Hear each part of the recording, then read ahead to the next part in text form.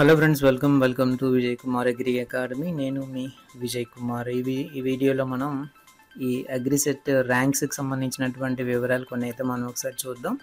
AGRICET exam మనకి conduct చేసిన తర్వాత చాలా కాలం తర్వాత మనకైతే ఈ ర్యాంకులు విడుదల చేశారు. ఈ ర్యాంకులో కూడా మనం ఇక్కడ ఒక అంశాన్ని అయితే మనం చూడొచ్చు. టెంటేటివ్ ర్యాంక్స్ అని అన్నారు. ఇవి ఎగ్జాక్ట్గా ఇవే ఫైనల్ ర్యాంక్స్ కాదు అని దీని యొక్క ముఖ్యమైనటువంటి ఉద్దేశం అన్నమాట. అంటే దీంట్లో ఏమైనా అబ్జెక్షన్స్ ఏమైనా ఉంటే కనుక, అభ్యంతరాలు ఏమైనా ఉంటే తెలియపరచండి అని చెప్పేసి 15th అక్టోబర్ వరకు మనకి టైం అయితే ఇచ్చారు.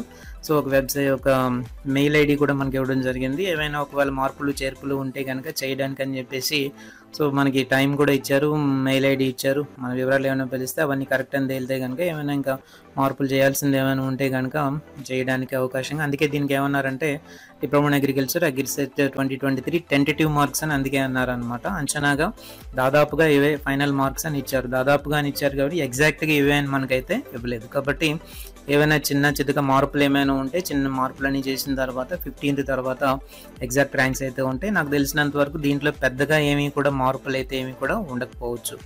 మ్యాక్సిమం ఇవే ర్యాంక్స్ అయితే ఉంటాయి. అక్కడక్కడ ఏమైనా గ్రేడ్ పాయింట్ని బట్టి కరెక్షన్స్ అన్నీ కూడా చూసుకుని, ఒకవేళ మీ గ్రేడ్ పాయింట్స్ అన్నీ కూడా మీరు చెక్ చేసుకుని, ఒకవేళ మీ గ్రేడ్ పాయింట్ ఏదైనా కూడా తప్పుపడి ఒకవేళ మీకు వచ్చేటువంటి ర్యాంకుల్లో ఏమైనా తేడా వచ్చేటట్టు అయితే మనము అక్టోబర్ 15th లోపుగా దీన్ని అయితే మనం వాళ్ళకి ఇంటిమేట్ చేస్తే అవన్నీ కూడా మార్పులు చేస్తారు. కాబట్టి టెంటేటివ్ ర్యాంక్స్ అని అందుకే మనకి ఇక్కడ ఇవ్వడం అయితే జరిగింది.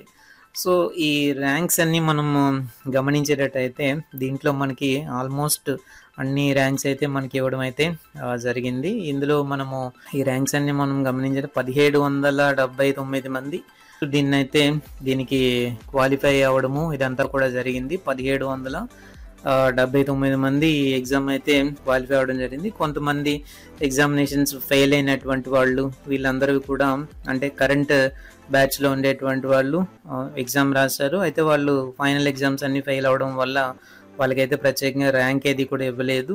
సో నాట్ ఎలిజిబుల్ అని చెప్పి పెట్టారు, ఫెయిల్ అని పెట్టారు. అవన్నీ కూడా ఈ లిస్ట్లో చివరిలో ఉన్నాయి. ఇవంటే కరెంట్ బ్యాచ్ వాళ్ళు ఉన్నారు. వీళ్ళందరూ కూడా ఈ కరెంట్ బ్యాచ్ వాళ్ళు మన ఎగ్జామినేషన్స్ ఫెయిల్ అవ్వడము ఇవన్నీ జరగడం వల్ల వీళ్ళు మార్క్స్ వచ్చినప్పటికీ కూడా వీళ్ళని ఫెయిల్యూర్ లిస్ట్లో అయితే వీళ్ళని పెట్టడం జరిగింది. ఇలాగ దాదాపు ఒక 100 మెంబర్స్ అంటే 98 మెంబర్స్ ఈ విధంగా ఉన్నారు.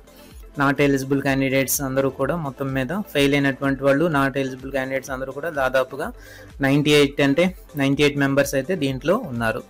సో ఇంకా మనం దీంట్లో ఈ డీటెయిల్స్ అన్ని కనుక ఒకసారి చూసేటట్టయితే చాలా విచిత్రమైనటువంటి అంశాలన్నీ మనకి కనిపిస్తాయి అన్నమాట. ఎలా అంటే దీంట్లో మనకి చెప్పుకున్నాం, ఈ సంవత్సరం పెట్టినటువంటి పేపర్ ఏదైతే ఉందో ఈ పేపర్ బాగా సులువుగా ఉండేటటువంటి ప్రశ్నలతో నింపడం వల్ల ఏం జరిగింది అని అంటే అనేక మంది ఒకే మార్క్స్ వచ్చినటువంటి వాళ్ళ సంఖ్య ఒకే మార్కుల దగ్గర అనేక మంది ఉండడం జరిగింది. అది ఈ లిస్ట్లో మనము చూస్తే హైయెస్ట్ మార్క్స్ 119 మార్క్స్ వచ్చాయి.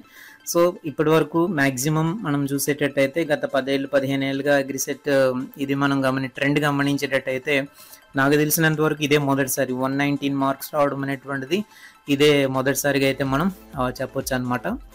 ఈ హేమంత్ కుమార్ అనేటువంటి ఆయన ఈ 119 మార్క్స్ అయితే సాధించడం అయితే జరిగింది. అదొక రకంగా గొప్ప ఫీట్ అని మనం చెప్పొచ్చు. సో హేమంత్ కుమార్ కూడా నా ఓల్డ్ స్టూడెంటే. సో ఈయన లాస్ట్ ఇయర్ కూడా అగ్రిసెట్ రాశాడు. ఈయన రాస్తే 105 మార్క్స్ వచ్చాయి. 105 మార్క్స్ వచ్చాయి కానీ సీట్ రాలేదు లాస్ట్ ఇయర్. సో దీంతో మరింత కసిగా పట్టుదలగా చదివి ఈసారి 119 మార్క్స్ తెచ్చుకోవడం అనేటువంటిది ఒక రకంగా గొప్ప విషయం అని మనం అయితే చెప్పొచ్చు. పేపర్ ఎంత ఈజీగా ఇచ్చినప్పటికీ కూడా 100% మార్క్స్ తెచ్చుకోవడం అనేటువంటిది కూడా చాలా కష్టం. సో అందువల్ల ఏంటంటే హేమంత్కి ప్రత్యేకమైనటువంటి కంగ్రాచులేషన్స్ తెలియజేస్తున్నాము. ఆయన మా ఓల్డ్ స్టూడెంట్ అవడం మాకు కూడా గర్వకారణం. ఫస్ట్ ర్యాంక్ సంపాదించారనంటే ఆయనలో ఉండేటువంటి ఆ కసి పట్టుదల మనం అయితే గమనించవచ్చు. లాస్ట్ టైం 105 మార్క్స్ వచ్చాయి, ఆల్మోస్ట్ సీట్ వస్తుంది అనుకునేటటువంటి పరిస్థితిలో ఆయనకి సీట్ రాలేదు. సీట్ రాకపోతే నేను ఆయనతో మాట్లాడడం జరిగింది. సో బాగా డిసప్పాయింట్ అయ్యాడు లాస్ట్ టైం అనమాట. సో దాని అంతటినీ కూడా పాజిటివ్గా తీసుకుని చాలా హార్డ్ వర్క్ చేసి కష్టపడ్డాడు. ఆయన మేము పెట్టేటువంటి ప్రతి ఎగ్జామ్లోనూ కూడా టాప్ మార్క్స్ సంపాదించుకున్నాడు ఆయన లాస్ట్ టైం. సో సో గట్టిగా కష్టపడి చదివాడు. అందువల్ల ప్రత్యేకంగా ఆయనకి ప్రత్యేకమైనటువంటి శుభాకాంక్షలు అండ్ కంగ్రాచులేషన్స్ అయితే మా ఇన్స్టిట్యూట్ తరఫున ఆయనకి తెలియజేస్తున్నాం ప్రత్యేక. సో హేమంత్ కుమార్ ఆయనకు ఉండేటువంటి దీంతో 119 మార్క్స్, మొట్టమొదటిసారిగా అగ్రిసెట్ చరిత్రలోనే ఇంత హైయెస్ట్ మార్క్స్ సంపాదించడం అనేటువంటిది మొదటిసారి అయితే నేను చెప్తా ఉంటాను. ఓకే, ఇలా వెళ్లే కొద్దీ కూడా 119 మార్క్స్, 118 మార్క్స్, తర్వాత 117 ఎవరికి రాలేదు, 116 మార్క్స్ ఏమో కొంతమందికి వచ్చాయి, 115 మార్క్స్ ఇంతవరకు బాగానే ఉంది కదా.